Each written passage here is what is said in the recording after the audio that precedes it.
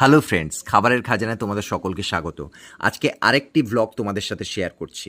আজ সারাদিন ধরেই বৃষ্টি পড়ছে, তো বাইরেও বেরোনো হয়নি, আর বাজারেও যাওয়া হয়নি। তো বাড়িতে সবজিও তেমন কিছু ছিল না, তো রাতে কী খাবো সেই নিয়ে চিন্তায় পড়ে গিয়েছিলাম। তো ফ্রিজ খুলে দেখলাম যে দুটো টমেটো পড়ে আছে, কয়েকটা কাঁচা লঙ্কা, আর বাইরে কতগুলো আলু।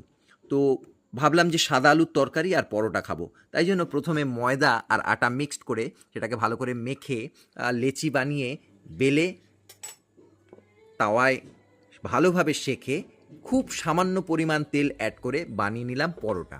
আর তারপর কতগুলো আলু সেটাকে ভালো করে খোসা ছাড়িয়ে ধুয়ে এবং ডুমো ডুমো করে কেটে রেখেছিলাম, আর টমেটোটাকে কুচি করে রেখেছিলাম, নিয়ে নিয়েছিলাম কয়েকটা কাঁচা লঙ্কা, 4টের মতন। আর তারপরে কড়াইয়ে সাদা তেল দিয়ে এটাকে ভালো করে গরম করে 1 চামচের মতন কালো জিরে ফোড়নের জন্য দিয়ে দিলাম। আর তারপরে 4টে কাঁচা লঙ্কা এর মধ্যে ছেড়ে দিলাম। তারপরে এটা